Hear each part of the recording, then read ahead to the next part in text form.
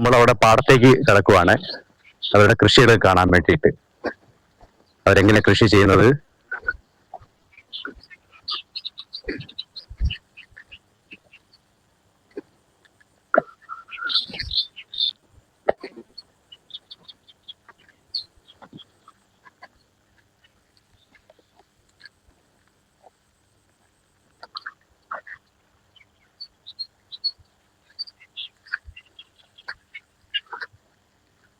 Very beautiful scene, no? Fully green.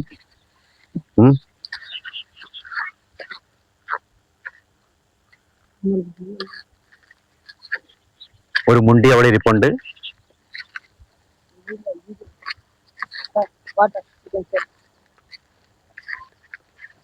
Water, ഇതാണ് വെള്ളം അവർ supply ചെയ്യുന്നത്. ആ ലേക്കിന് സപ്ലൈ ചെയ്യുന്ന വെള്ളമാണ് ഈ കാണുന്നത്.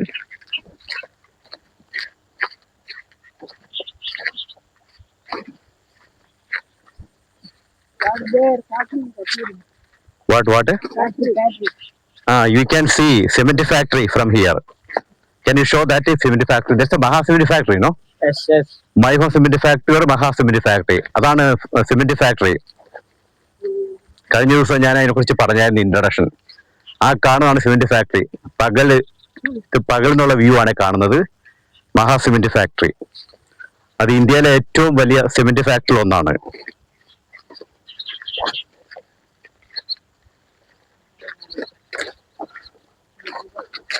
ഈ പ്രദേശത്ത് മൊത്തം അവര് കൃഷി ചെയ്യുന്നത് റൈസാണ്, അരിയാണ്, സോനാ മസൂരി എന്ന് പറഞ്ഞത്. ചില ഭാഗങ്ങളിൽ വെള്ളം തീരെ കുറവുള്ളടത്ത് അവര് കോട്ടൺ കൃഷി ചെയ്യും.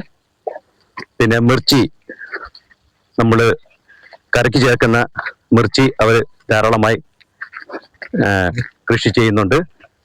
പിന്നെ വെജിറ്റബിൾസ്. ഈ ചാനൽ കാണുന്നവർ ഈ പ്ലാന്റ് എന്താന്ന് പറയാൻ പറ്റുമോ? ഇത് ബ്രഹ്മിയാണോ എന്ന് എനിക്ക് സംശയമുണ്ട്. കാരണം എനിക്ക് നാട്ടിൽ ബ്രഹ്മി ഉണ്ടായിരുന്നു, അതുപോലെ തന്നെ ഇരിക്കണേ.